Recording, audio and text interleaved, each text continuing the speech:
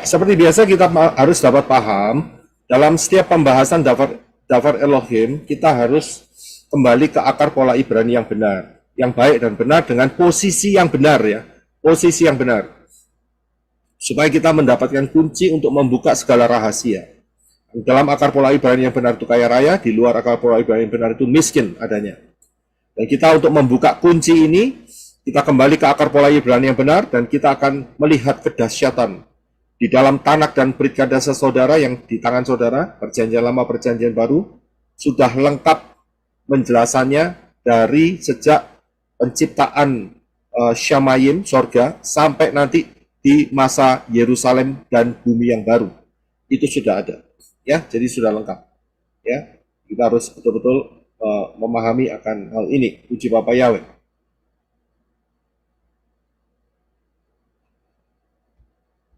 Ya, di hari ini ya adalah perayaan roti tidak beragi 5784 15 Nisan. Ya, kita akan masuk di dalam kekuatan ragi. Ayatnya mengenai perayaan roti tidak beragi yaitu di dalam Imamat 23 ayat yang ke-6. Silakan Brother Henok untuk bisa baca buat kita semua. Terima kasih. Imamat 23 ayat 6. Dan pada hari ke-15, pada bulan Abib atau Nisan itu, itulah perayaan hari raya roti tidak beragi bagi Yahweh. Selama 7 hari, kamu harus makan roti tidak beragi. Iya, terima kasih.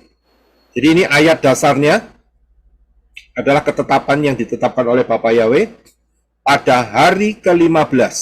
Jadi tanggal 15 ya. Bulan apa? Bulan Abib. Kalau kita lihat ayat sebelumnya sudah dinyatakan bulan pertama dari tahun itu, yaitu bulan Abib atau Nisan. Ya, itu ada perayaan roti tidak beragi yang lamanya 7 hari. 7 adalah angka sempurna. Sedangkan ragi ya, itu bicara mengenai apa? Nah, nanti kita akan melihatnya. Ragi itu bicara mengenai apa? Ragi itu berbicara yang pertama adalah mengenai kejahatan atau keburukan dan bisa diidentikan dengan dosa. Ya, dengan dosa. Yaitu di dalam 1 Korintus 5 ayat yang ke-8. Silakan Brother Reno.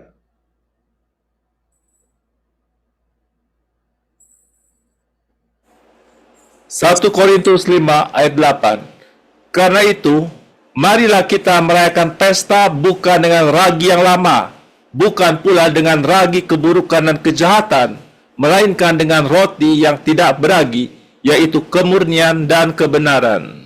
Ya, terima kasih. Jadi saudara bisa melihat cara Bapak Yahweh untuk bicara dengan manusia itu menggunakan hal-hal yang ada di dunia ini supaya manusia dapat paham.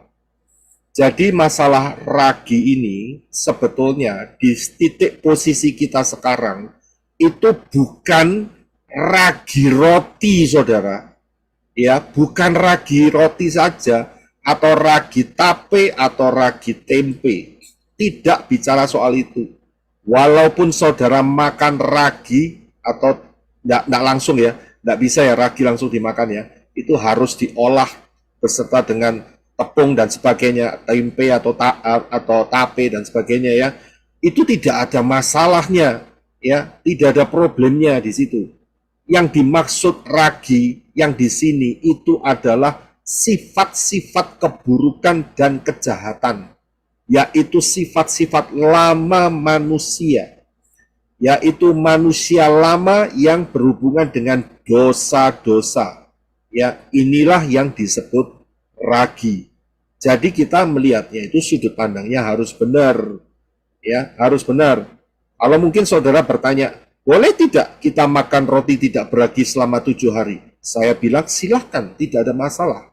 Ya, tidak ada masalah, boleh-boleh saja.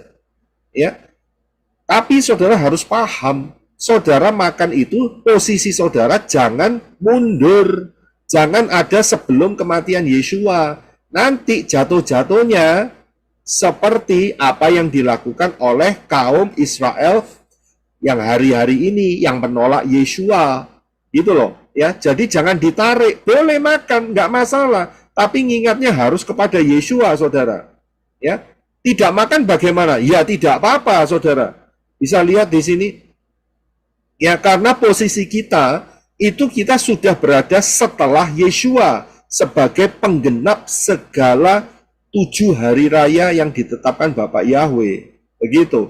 Jangan saudara makan roti tak beragi, tapi posisi saudara dimundurkan sebelum kematian Yeshua. Itu berbahaya sekali. Ya, untuk mengingat Yeshua, ya, yang belum datang, maksudnya Mesias yang belum datang. Ya, karena hari ini orang Israel, Rabbinik, Judaism, mereka juga tidak makan ragi dan mereka tidak mengakui Yeshua HaMashiach.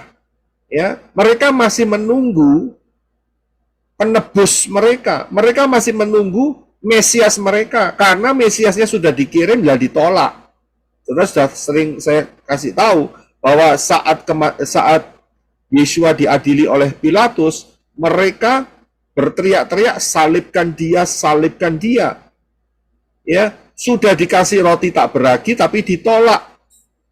Ya, dan puji Bapak Yahweh itu merupakan berkat buat saudara dan saya. Ya, kan kita sudah bahas kan, penolakan Israel, pelanggaran Israel itu adalah kekayaan buat saudara dan saya. Kita bisa lihat di sini ya. Jadi saudara harus tahu persis ya masalah perayaan ini ya, karena ada yang dipaksakan harus 1 minggu ini tidak boleh makan ragi. Kalau kalau sampai makan ragi itu dosa. Ya tidak begitu saudara ya. Itu karena salah posisi. Memang benar kalau posisinya sebelum kematian Yeshua makan ragi pada saat perayaan roti tak beragi, itu namanya melanggar. Ya, itu hukumannya berat, saudara. Tidak boleh ada ragi. Itu memang benar, tapi posisi kita kan sudah setelah Yeshua mati dan bangkit, ya kan? Jadi jangan terkecoh dengan pengajar-pengajar yang di luar sana, saudara. Ya, yang memaksakan harus kembali ke posisi sebelum kematian Yeshua. Ya, jadi inilah ragi. Dan ragi itu berbicara mengenai kejahatan. Kalau sudah kejahatan, ya, ini siapa ini akarnya kejahatan dan keburukan ini? Tidak lain adalah malaikat-malaikat yang jatuh. Tidak lain adalah dosa, ya, pelanggaran, ya, ragi. Itulah ragi lama. Ya, manusia lama kita dulu itu kita banyak raginya. Tapi sekarang setelah kita dikuduskan dengan darah Yeshua, maka kita menjadi roti yang tidak beragi.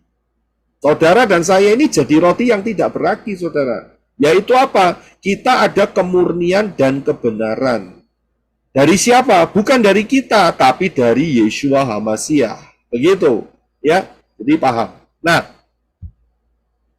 Yeshua HaMashiach itu sudah menggenapkan yang saya sudah jelaskan di sini.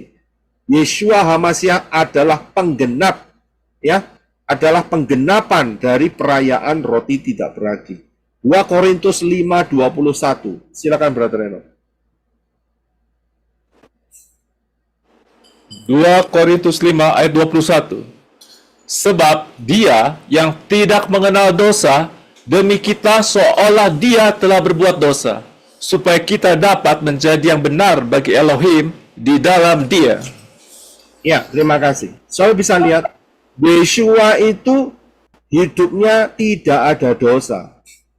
Ya, dia tidak beragi, tetapi dibuat dosa gara-gara saudara dan saya, gara-gara manusia. Ya, supaya apa? Supaya kita dibenarkan. Ini namanya barter. Ya, Yeshua serap dosa kita, kita diberi kebenaran yang dari Yeshua. Barter. Jadi kalau nggak mau barter dengan Yeshua, tanggunglah dosa sendiri-sendiri. Siapa yang mau nanggung sekarang? Kan nggak ada. Ya dirinya sendiri kalau dosanya tidak mau ditransfer kepada Yeshua. Saat kita transfer dosa kita kepada Yeshua, maka Yeshua mentransferkan kebenaran Elohim kepada saudara dan saya. Saudara bisa lihat di sini. Jadi ada timbal baliknya, saudara. Ya, kalau mau tetap menyimpan dosa, ya wis tanggungan sendiri, begitu loh. Ya, saudara tanggung sendiri sampai mati. Siapa yang bisa bawa dosa masuk Syamayim? Tidak ada. Dosa tidak boleh masuk Syamayim. Saudara bisa lihat, karena itu jalannya bagaimana? Yeshua harus menggenapkan sebagai roti tak beragi. Ya, kalau Yeshua ada raginya, tidak mungkin bisa ngambil raginya kita. Saya bisa paham di situ ya. Ya, tidak mungkin karena sama-sama berdosa. Itulah sebabnya Yeshua adalah penggenapan dari perayaan roti tidak beragi. Ya. Penggenapan dari perayaan dari roti tidak beragi. Supaya apa? Supaya ragi yang ada dalam kita bisa transferkan ke Yeshua. Begitu ditransferkan ke Yeshua, maka Yeshua mentransferkan kebenaran Elohim di dalam kita. Dan kita dibenarkan. Nah, dari situ kita boleh masuk ke dalam Syamayim. Ya, karena kita dibenarkan. Ya, jadi itu caranya begitu, saudara. Mekanismenya begitu. Tidak mau barter, tanggung sendiri di lautan api. Ya, jadi harus mau barter untuk masuk ke dalam Syamayim. Nah, kita lanjutkan. Yeshua, ya, kita fokus di ragi ya. Kita fokus di ragi. Saudara sudah tahu banyak cerita mengenai kisah mengenai Yeshua adalah Bapak Yahweh turun ke dunia tidak ada dosa sama sekali. Oke, kita sudah paham dalam hal itu. Nah, sekarang kita akan fokus soal ragi, kekuatan ragi. Ya, kekuatan ragi ini seberapa besarnya, begitu. Ya, itu yang kita mau lihat. Dan Yeshua di dalam pengajarannya kepada murid-murid, ya, Yeshua itu memperingatkan dengan menggunakan gambaran ragi. Ya, Yeshua, sekali lagi saya katakan, menggunakan gambaran ragi di dalam pengajarannya supaya murid-murid nangkepnya gampang, begitu. Supaya murid-murid, ya, termasuk saudara dan saya, nangkepnya itu mudah, yaitu dengan menggunakan apa yang ada di sekitarnya Yeshua. Itu luar biasa, saudara. Ya, Yeshua tidak mengatakan sesuatu yang jauh di atas Syamayim atau jauh di bawah bumi, ya, di dunia orang mati. Tidak. Yeshua menggunakan apa yang ada di sekitarnya supaya menjelaskan kepada murid-murid dan diteruskan kepada saudara dan saya, dan kita sama-sama paham. Itu powerful sekali. Itu luar biasa sekali. Cara Yeshua menjelaskan simple sekali, nggak susah, saudara. Nah, tapi Yeshua juga menekankan dalam hal ragi ini, yaitu di dalam Matius 13 ayat 33 dengan menggunakan sebuah perumpamaan. Silakan Brother Reno. Matius 13 ayat 33. Yeshua mengatakan sebuah perumpamaan yang lain kepada mereka. Kerajaan Syamayim itu seumpama ragi yang setelah mengambilnya seorang wanita mengaduknya ke dalam 3 suka tepung adonan sampai teragikan seluruhnya. Ya, terima kasih. Saudara bisa melihat Yeshua di dalam mengatakan perumpamaan itu salah satunya menggunakan yang namanya ragi supaya untuk menjelaskan cara kerjanya ragi. Saudara bisa lihat, dan Yeshua katakan inilah hal kerajaan Syamayim. Kerajaan Syamayim. Jadi inilah sebuah kebenaran. Ya, kebenaran dari Syamayim. Kebenaran dari sudut pandang Elohim dari Syamayim. Ya. Kalau Yeshua pakai cara lain, mungkin sulit untuk diterima oleh murid-murid. Tapi Yeshua pakai cara yang sangat sederhana sekali. Dan dia katakan hal kerajaan sorga atau kerajaan Syamayim itu seumpama. Nah, begitu Yeshua mengatakan perumpamaan, saudara perhatikan, dia selalu menggunakan kata kerajaan Syamayim, kerajaan surga itu seumpama. Itu berarti perumpamaan. Kalau tidak didasari dengan kalimat ini berarti bukan perumpamaan. Contohnya, saya sedikit keluar sedikit ya, yaitu peristiwa orang kaya dan Lazarus. Kalau saudara cek pengajaran-pengajaran di luar sana, mereka selalu menggunakan itu perumpamaan. Saya bilang tidak, ya, karena tidak diawali dengan satu kalimat ini. Hal kerajaan sorga itu seumpama, ya, kerajaan Syamayim, sorga itu seumpama apa-apa-apa, begitu. Ya, jadi peristiwa Lazar dan orang kaya itu bukan perumpamaan, itu fakta, itu kenyataan. Jadi hati-hati ya. Pengajaran-pengajaran di luar sana yang mengatakan bahwa peristiwa Lazarus dan juga orang kaya yang berupa perumpamaan berarti itu penyesatan. Tinggalkan saja, saudara. Ya, tinggalkan saja. Itu penyesatan. Ya, saya beri supaya saudara jaga-jaga, jangan sampai ketipu dengan pengajaran. Itu tujuannya di situ. Ya, dan Yeshua katakan dia mengaduk 3 sukat tepung dengan ragi, ya, 3 sukat tepung, anggaplah 3 kilo tepung, ya, misal saja, saya enggak terlalu ahli soal pertepungan, saudara. Misalnya 3 kilo tepung, raginya yang dibutuhkan berapa? Apakah sama 3 kilo? Ibu-ibu yang bikin roti? Tidak. Tidak. Ada perbedaan. Enggak. Cuma Tidak, sedikit Pak. aja. Hanya beberapa gram saja, betul nggak? Betul. Ya, kalau tepungnya 3 kilo, nggak mungkin raginya juga 3 kilo, saudara. Hancur total itu adonan, betul kan? Jadi yang dibutuhkan, kalau misalnya 3 sukat tepung, ya, 3 kilo tepung, itu berarti raginya itu cuma berapa gram saja, saudara, cukup. Dan dikatakan adonan itu meragi, saudara. Ya, jadi mengkamirkan, jadi menyatu, ya, dengan adonan tepung itu, saudara. Nah, di satu sisi, ya, hanya tolong bisa di-mute ya. Yeshua bukan hanya bicara soal perumpamaan, tetapi Yeshua juga mengambil kata ragi ini, contoh ragi ini, untuk mengajari murid-muridnya, yaitu di dalam Matius 16 ayat yang ke-6. Silakan Brother Enoch. Matius 16 ayat 6. Lalu Yeshua berkata kepada mereka, berhati-hatilah dan berjaga-jagalah terhadap ragi orang Farisi dan Saduki. Ya, terima kasih. Saudara bisa lihat di sini.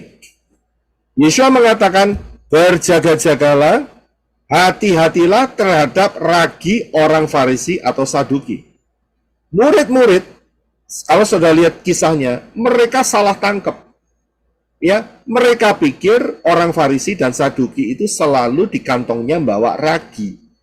Ya, atau dia berpikir yang lain tentang ragi yang real. Ya, tentang ragi yang betul-betul ragi. Tetapi Yeshua menjelaskan, ya, di ayat yang ke-12, kalau saudara baca saja keseluruhan nanti ya, saudara baca yang di ayat 12, itu Yeshua bukan berkata soal ragi yang fisik seperti itu. Kita baca seluruhnya ya, Matius 16 ayat 6 dan 12. Silakan Brother Enoch, bisa dibaca sekali lagi. Ya.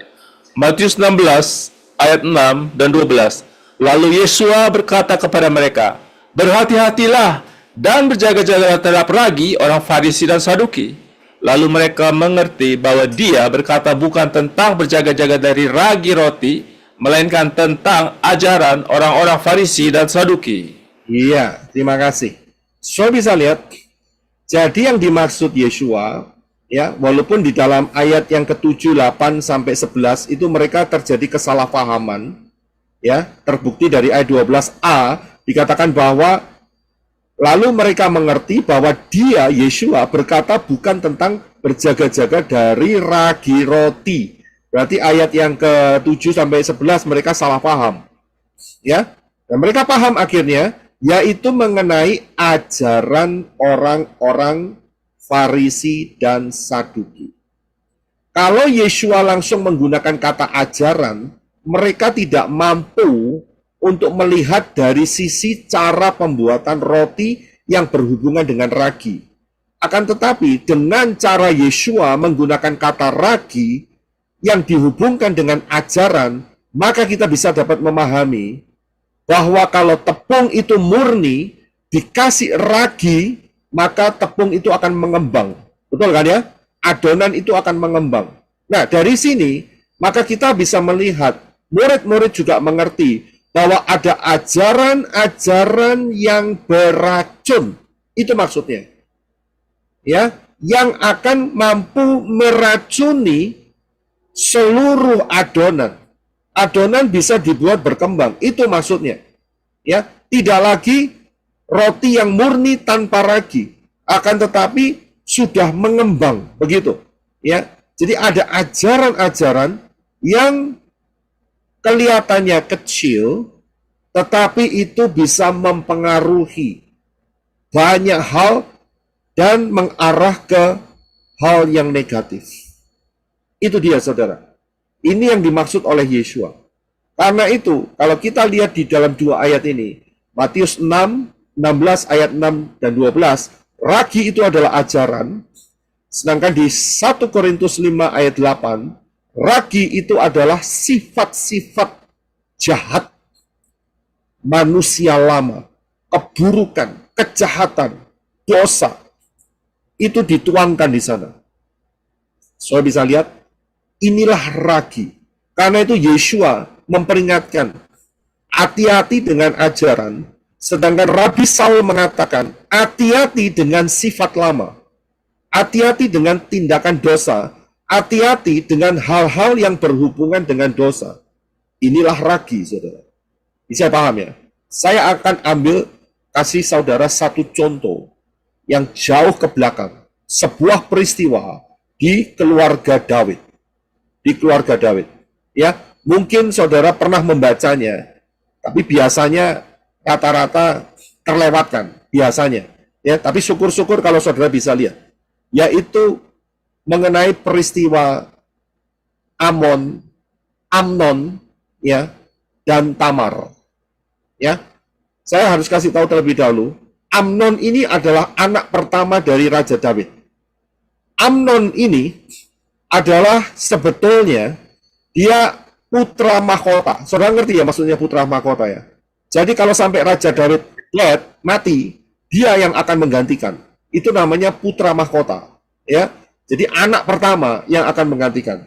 Tetapi sebelum peristiwa itu terjadi, ada sebuah peristiwa. Kita akan baca agak sedikit panjang, tapi nanti saudara akan paham.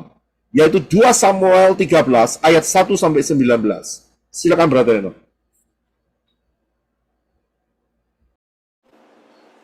2 Samuel 13 ayat 1. Sesudah itu terjadilah bahwa Amnon putra Daud jatuh cinta kepada Tamar, adik perempuan yang cantik dari Absalom putra Daud. 2. Amnon menderita sampai sakit karena Tamar, saudaranya itu, sebab ia seorang perawan dan sangatlah sulit bagi Amnon untuk berbuat sesuatu kepadanya. 3. Amnon mempunyai seorang sahabat yang bernama Yonadab, anak dari kakak Daud, Shimea. Yonadab ini adalah seorang yang sangat cerdik. 4. Ia bertanya kepada Amnon, "Mengapa engkau sebagai anak raja begitu merana setiap hari? Ceritakanlah kepadaku." Amnon menjawabnya, "Aku mencintai Tamar adik perempuan Absalom saudaraku." 5. Kata Yonadab kepadanya, "Pergilah tidur dan berpura-pura sakit. Ketika ayahmu datang menjengukmu, katakanlah kepadanya, 'Aku mohon agar saudariku Tamar datang dan menyuapi aku. Biarlah ia menyiapkan makanan di hadapanku, supaya aku dapat melihatnya. Lalu aku akan makan dari tangannya.' 6. Maka Amnon berbaring dan berpura-pura sakit. Ketika raja datang menjenguknya, Amnon berkata kepadanya, 'Aku mohon supaya saudariku Tamar datang dan membuatkan 2 buah kue di hadapanku, agar aku bisa makan dari suapannya.' 7. Daud mengutus orang ke rumah Tamar dengan berkata, 'Pergilah ke rumah saudaramu Amnon dan buatlah makanan baginya.' 8. Lalu Tamar pergi ke rumah saudaranya Amnon yang sedang berbaring. Ia mengambil adonan, meremasnya, dan membuatkan kue di depan matanya, lalu memanggang kue itu. 9. Kemudian ia mengambil nampan dan menyajikan roti itu kepadanya. Namun Amnon menolak untuk makan. Suruhlah semua orang-orang keluar dari sini, kata Amnon. Lalu semua keluar meninggalkannya. Ya, silakan. 10. Kemudian Amnon berkata kepada Tamar, bawalah makanan itu masuk ke dalam kamarku, supaya aku bisa makan dari tanganmu. Lalu Tamar mengambil kue yang telah dibuatnya itu dan membawanya kepada Amnon, saudaranya, ke dalam kamarnya. 11. Namun ketika Tamar membawa makanan dan mendekatinya untuk memberi ia makan, Amnon menangkap tangannya dan berkata, mari tidurlah dengan aku, saudariku. 12. Tamar menjawab, jangan saudaraku, jangan merendahkan aku, karena hal ini seharusnya tidak dilakukan di Israel. Jangan lakukan hal tercela ini. 13. Bagaimana denganku? Kemanakah aku dapat membuang aibku? Dan bagaimana denganmu? Engkau akan dianggap sebagai orang bebal di Israel.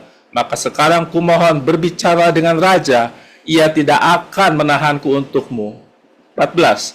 Namun Amnon tidak mau mendengarkannya, dan karena ia lebih kuat dari Tamar, ia memaksanya dan menidurinya. 15. Sesudah itu Amnon menjadi sangat membenci Tamar, bahkan rasa bencinya melebihi rasa cintanya kepada Tamar sebelumnya. Amnon berkata kepadanya, bangun dan pergilah. 16. Tamar berkata kepadanya, tidak, mengusirku adalah kejahatan yang lebih besar daripada hal yang baru saja engkau lakukan kepadaku. Namun Amnon tidak mau mendengarkannya. Lalu Amnon memanggil pelayan pribadi dan berkata, keluarkan perempuan ini dari sini dan kunci pintunya setelah itu. 18. Lalu pelayan itu mengeluarkan Tamar dan sesudah itu mengunci pintunya. Tamar mengenakan pakaian panjang setapak kaki karena anak-anak perempuan raja yang masih perawan biasanya mengenakan pakaian seperti itu. 19. Tamar menaruh abu di atas kepalanya, lalu mengoyak pakaian panjang nan indah yang ia kenakan itu. Tamar menaruh tangan di atas kepalanya dan pergi sambil menangis pilu. Ya, terima kasih. Saya lihat peristiwa ini. Ya, dari peristiwa ini, saudara bisa melihat nggak? Ada ragi nggak di dalam peristiwa Amnon dan Tamar? Ada. Ada Ragi Pak. ada di mana? adonannya Tamar. Nodai Tamar, Pak. Raginya ada di mana? Raginya Saat- di Yonadab. Temennya si Amnon itu loh. Temennya. Amnon Saat Tamar membuat kue, Pak. menggusarkan dalam Raginya ada di Yonada, Pak. Yonadab itu raginya. Iya. Kayaknya dia berteman dengan orang yang salah, Pak. Nah, terima kasih. Ini saya tidak bicara soal ragi adonan kue yang dibikin oleh Tamar, bukan. Tetapi kita kan sedang membahas ragi dosa, Iya, di Yonada. ide dosa, betul kan? Si Amnon itu dia nggak punya ide, tapi dia punya teman yang namanya Yonadab, yang adalah sebetulnya saudaranya sendiri, family itu, masih family dekat. Dan dia dikatakan orang ini cerdik, tapi kecerdasannya inilah ragi racun buat si Amnon. Saudara bisa lihat, saudara tahu kalau saudara teruskan itu kisah, memang saya selesaikan sampai di situ. Di bagian bawah, Amnon dibunuh oleh siapa? Absalom. Absalom, betul. Absalom itu adalah kakak daripada Tamar. Saudara bisa lihat di sini. Ya, raginya di mana? Raginya itu ada di Yonadab. Kata-kata, kalimat-kalimat saran-sarannya untuk supaya keinginan daging daripada Amnon itu terlaksana. Nafsu jahat Amnon untuk memperkosa Tamar itu terlaksana. Dia sebelumnya tidak punya ide. Dia hanya susah begitu saja. Ya, tetapi apa yang terjadi saat dikasih ragi, diracuni, weh, ini kesempatan bagus, pikirannya dia begitu. Tapi sebetulnya ini membawa ujung maut buat Amnon. Dia sudah tidak jadi putra mahkota di saat Daud ya meninggal dia akan menjadi penggantinya, ya, hilang, bahkan dia kehilangan nyawanya. Saudara bisa lihat raginya ada di mana. Yang saya maksudkan ragi di sini bukan ragi roti, tetapi ide kejahatannya itu ada di mana, ya. Jadi pikiran-pikiran yang tersembunyi itu ragi, saudara, yang jahat, ya. Ya, disitulah. Karena itu di dalam zaman akhir ini, saudara harus hati-hati memperhatikan baik-baik mengenai perumpamaan 10 gadis. 5 bodoh, 5 bijaksana. Gadis yang bodoh dan bijaksana itu sama-sama menunggu Yeshua. Sama-sama punya pelita, sama-sama menyala, sama-sama punya minyak, sama-sama tidur, sama-sama menunggu orang yang sama. Tetapi perbedaannya adalah saat dia bangun, yang bijaksana punya minyak, sedangkan yang bodoh tidak bawa minyak. Minyaknya sedikit. Dan inilah yang salah satu daripada makna ragi itu sendiri. Saudara bisa lihat, hati-hati saudara, jangan sampai kena ragi. Ya, 1 Korintus 15:33. Silakan Brother No. 1 Korintus 15 ayat 33. Janganlah tersesat, pergaulan yang buruk merusak kebiasaan yang baik. Ya, terima kasih.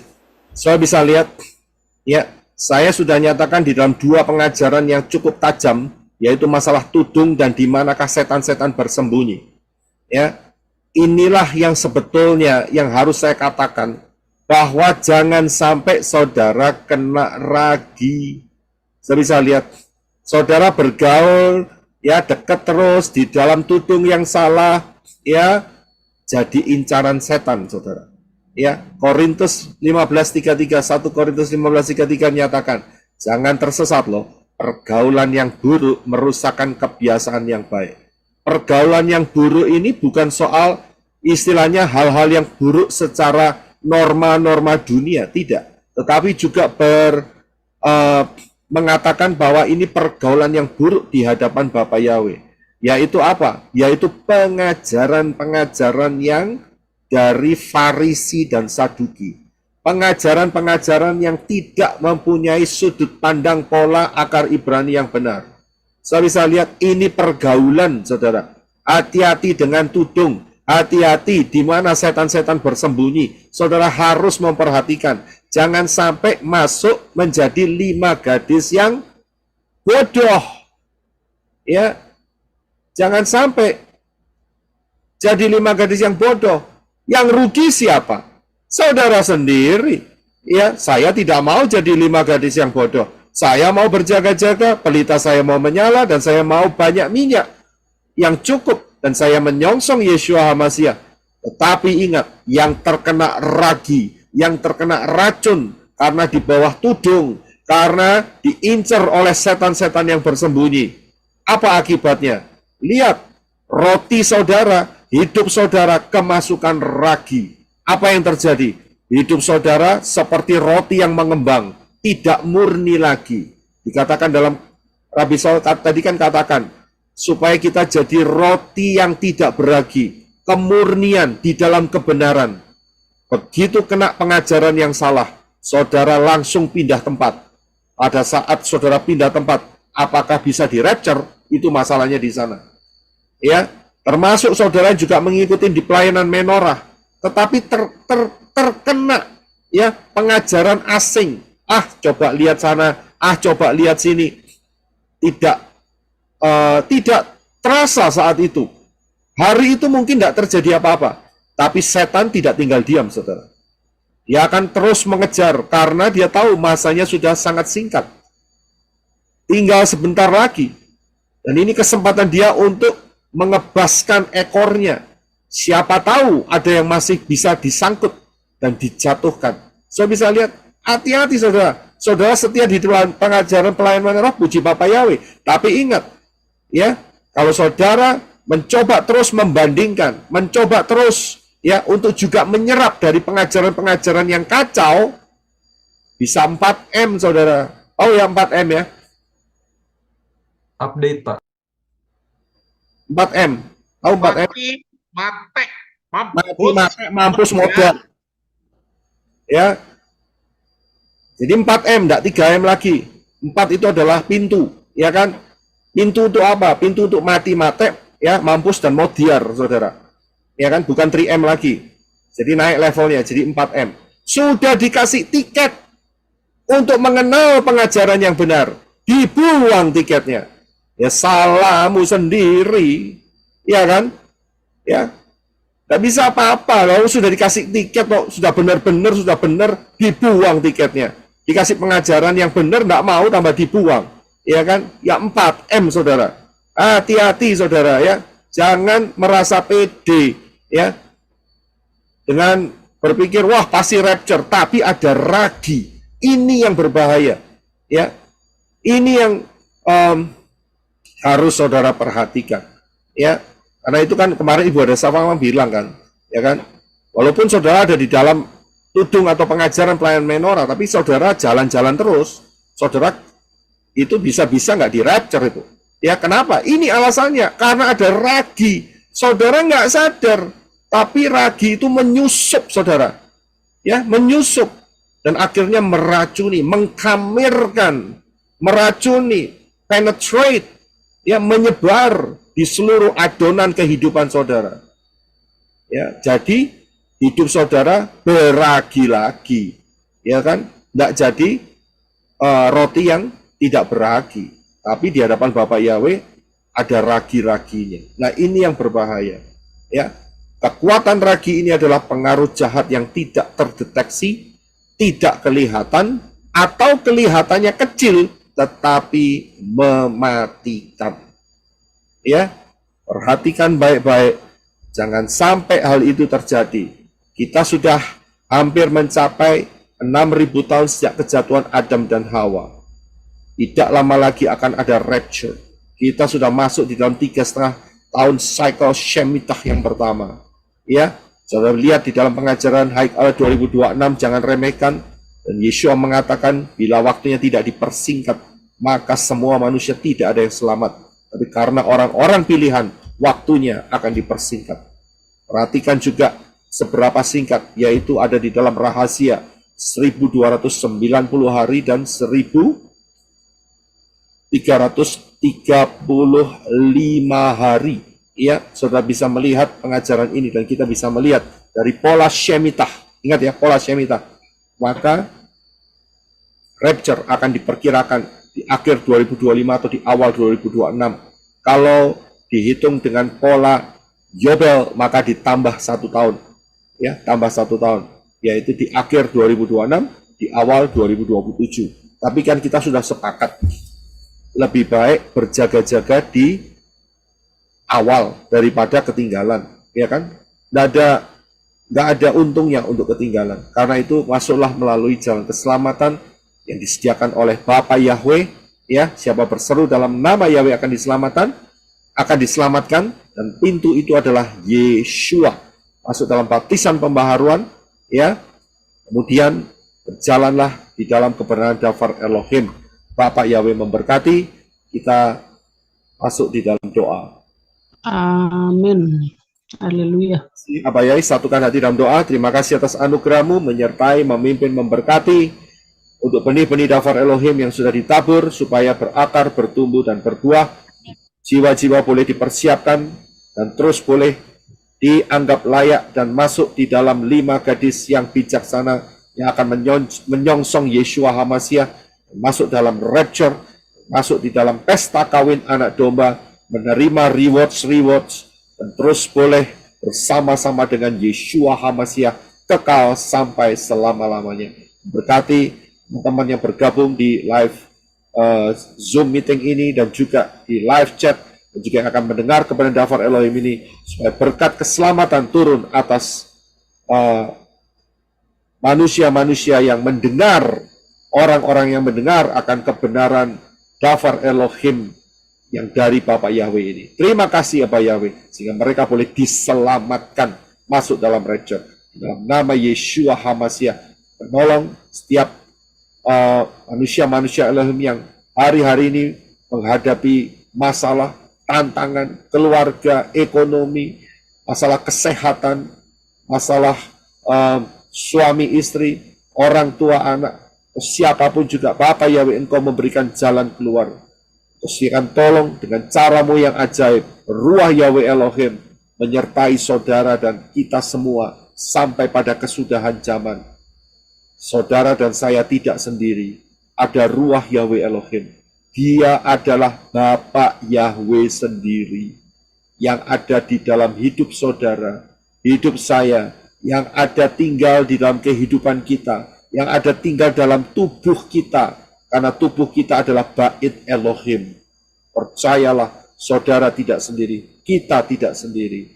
Terima kasih Bapa Yahweh, Engkau berjanji dan Engkau akan menepati janji-janjimu yang ajaib. Di dalam nama Yeshua HaMashiach, kita akan angkat tangan kita sama-sama. Bapa Yahweh memberkati Engkau dan melindungi Engkau. Bapa Yahweh menyinari Engkau dengan wajahnya dan memberi Engkau kasih karunia. Bapa Yahweh menghadapkan wajahnya kepadamu dan memberi Engkau damai sejahtera. Berkat-berkat ini dicurahkan di dalam nama Yahweh, dalam nama Yeshua HaMashiach, dan di dalam Ruah Yahweh Elohim, mulai hari ini sampai rapture menjemput kita semua di dalam nama Yeshua HaMashiach. Kami juga berdoa untuk waktu yang singkat buat tanya jawab dan kesaksian, memberkati waktu ini dengan penyertaan dari Bapa Yahweh. Terima kasih Bapa, di dalam nama Yeshua HaMashiach. Yang percaya katakan Amen. Haleluya. Bapa Yahweh berkati.